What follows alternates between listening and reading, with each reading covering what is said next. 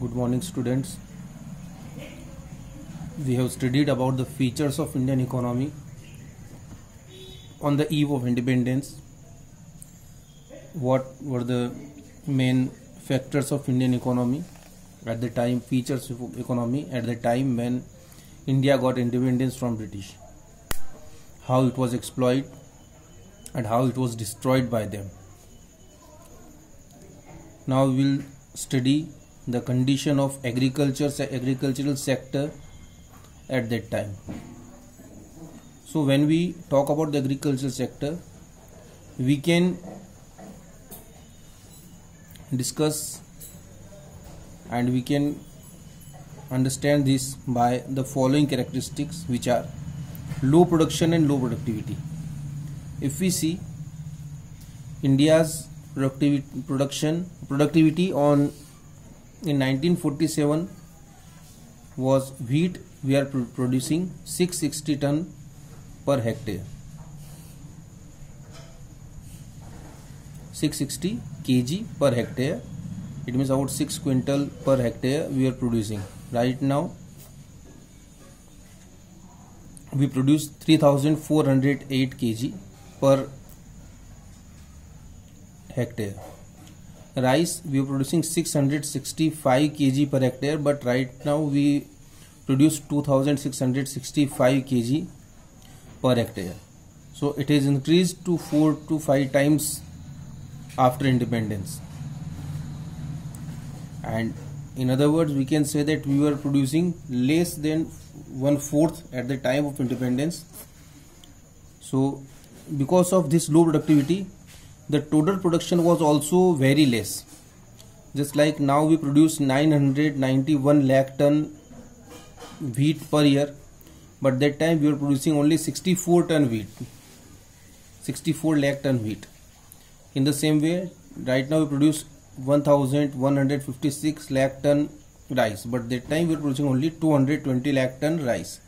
So this was a very big reason that our economy was very in a backward condition. We were producing very low, and due to this low production, the farmers, they don't get enough money for their survival.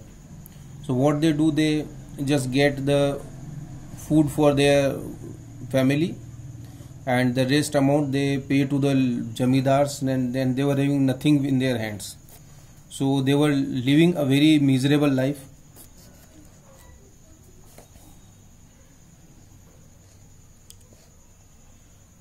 Then the second characteristic that we can see was the degree of uncertainty.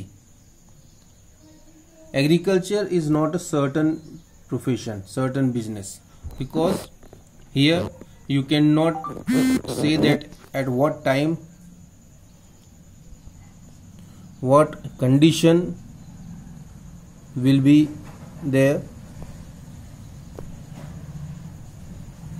at what time, how much rain will there, or how much good weather I am going to get for the production, for the agriculture.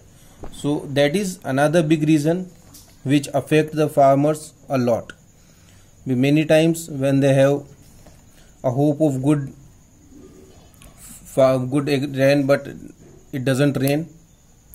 Many times when they hope for not raining, but that time it rains. So it destroys their crops, and especially at the time of the lack of rain,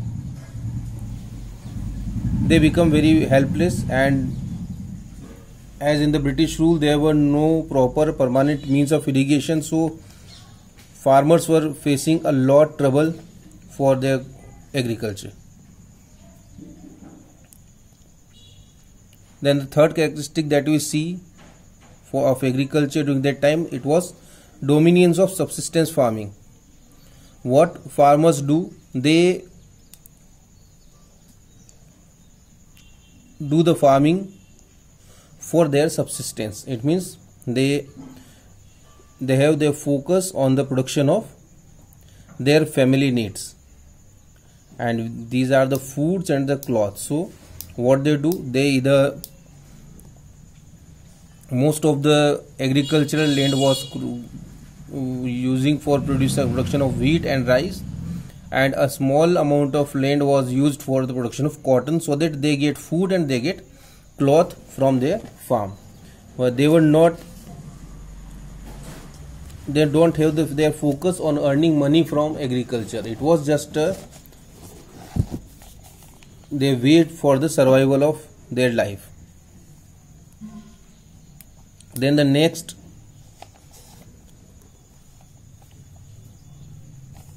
characteristic that we see is gulf between owners of the soil and the tillers of the soil.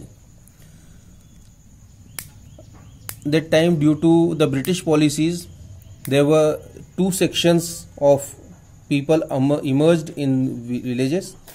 One were the owners of the soil, it means owner of the land, that were the jamidars, and the tillers of the soil, the farmers, the peasants.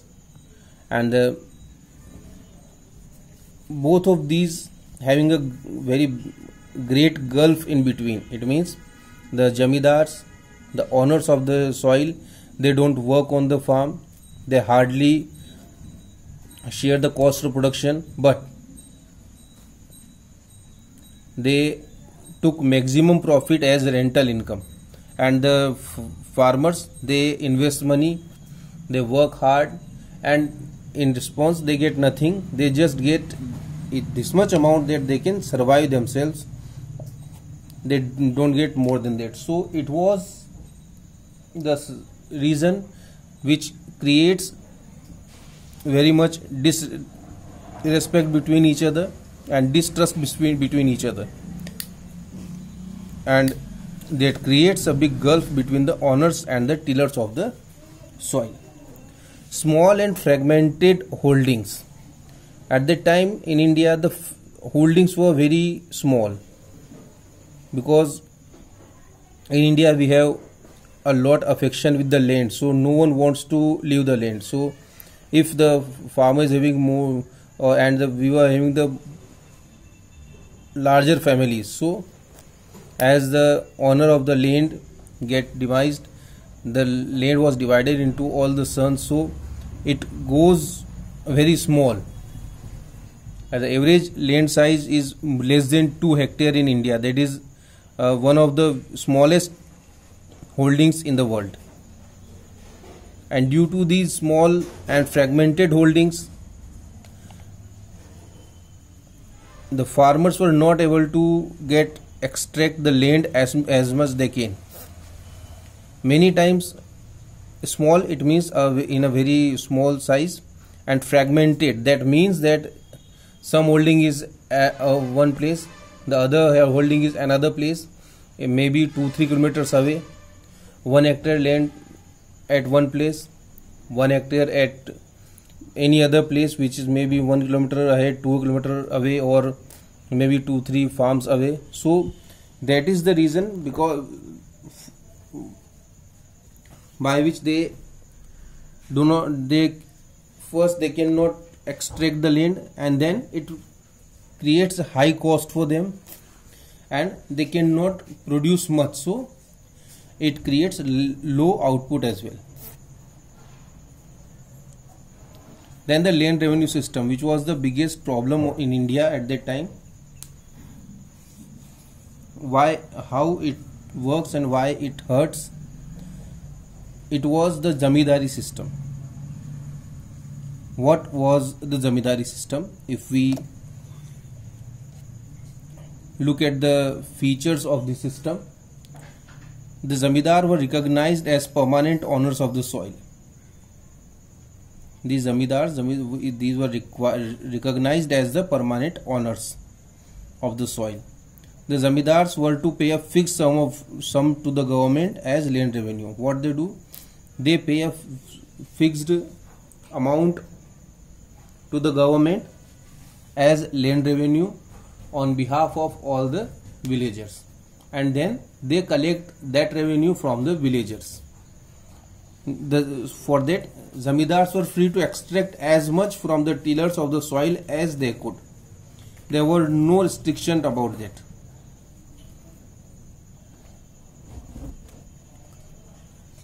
And what effect it had?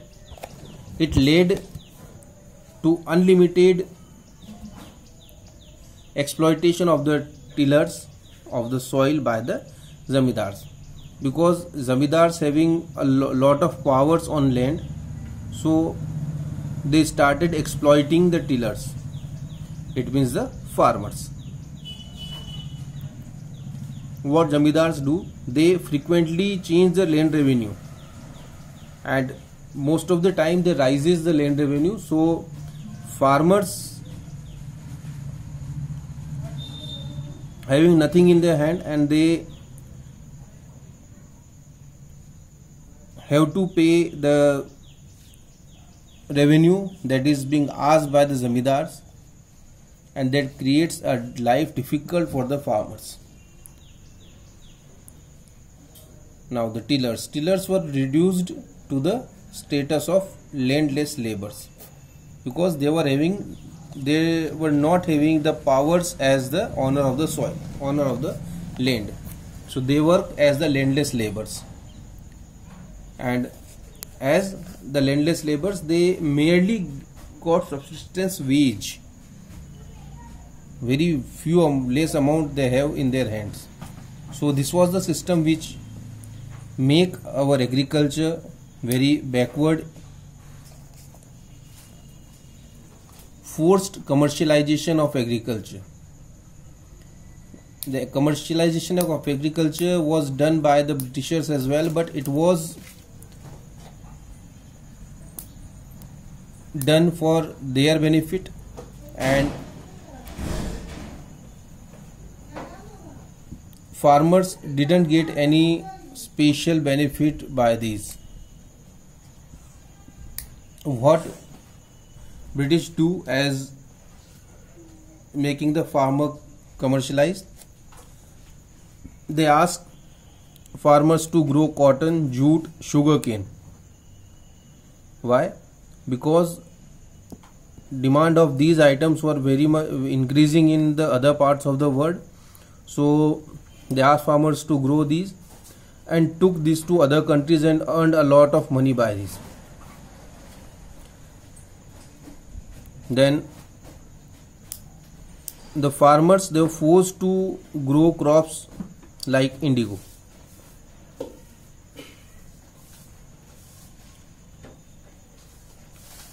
And leave the conventional cropping like rice and wheat. Why? Because indigo was in a big demand in British textile industries, and people, they don't want to grow the crops like indigo because it soak up all the nutrient from the land, and for many years the farmers cannot use the land. So this is the reason why the commercialization of agriculture did not benefit the farmers. It was in the benefit of the British only. So all these were the reason why the agriculture in India was called backward agriculture, and it was stagnant. Stagnant means it was not growing. It was either going backward or it was stable, but it was not showing a growth which can be determined, which can be talked about. So this was the situation of agriculture sector in India.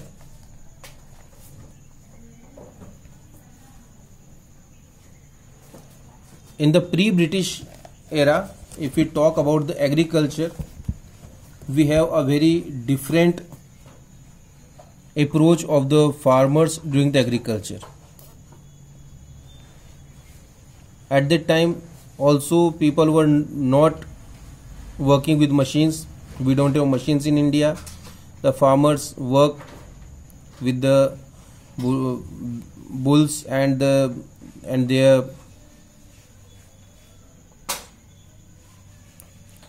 conventional tools, but it was a very vibrating field. The farmers, they were very happy, they were very prosperous. They were producing, they had a focus on the subsistence farming, but what they do, they, after growing the crops, there were no intermediates like the zamindars, so they pay their land revenue straight to the king, and which was not very much high, so the farmers get a good amount.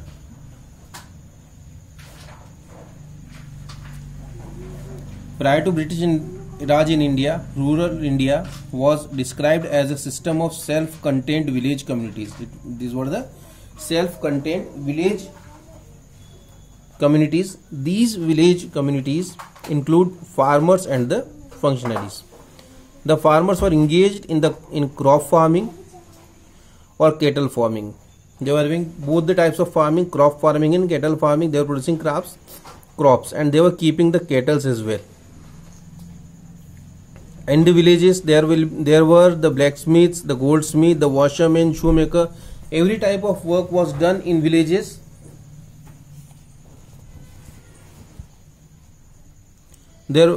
And as we study, there were no zamindars, so the farmers directly pay land revenue to the king.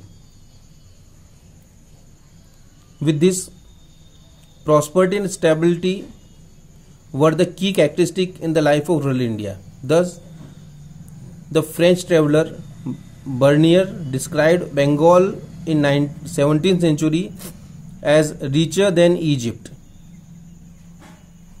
A French traveller, Bernier, who visited Bengal in 17th century, he said Bengal is richer than Egypt, producing ample for self-consumption and exporting abundance. They were producing as much they want, and the excess amount was exported by them to other countries. So this was the situation in pre-British India. After the British arrived in India, why the condition changed? It was due to the regular famines. Famines is a situation in which the people face severe shortage of food because of crop failure, and which result in hunger and starvation. After British came to India, there were a lot of famines in India regularly, and which took people on the verge of starvation. If we see from 1760 to 1943, India was hit by terrible famines on regular basis. The most significant among those was the Great Famine of Bengal from 1670, which claimed a large toll of lives. And especially in Bengal, we have many famines. More than 85 million people died owing to the repeated famine. In 1769, there was a great famine in Bengal. Again in 1943, and in between also, we face a lot of famines in India. In context, there have been no famine-related deaths since independence. And if we talk after independence, there were no famine-related deaths. So this was also a reason why the farming was getting very low. So today we discussed about the situation of farmers in India at the time of independence. Tomorrow, when we meet, we will study about the industrial sector, the situation of industrial sector on the eve of independence. Thank you.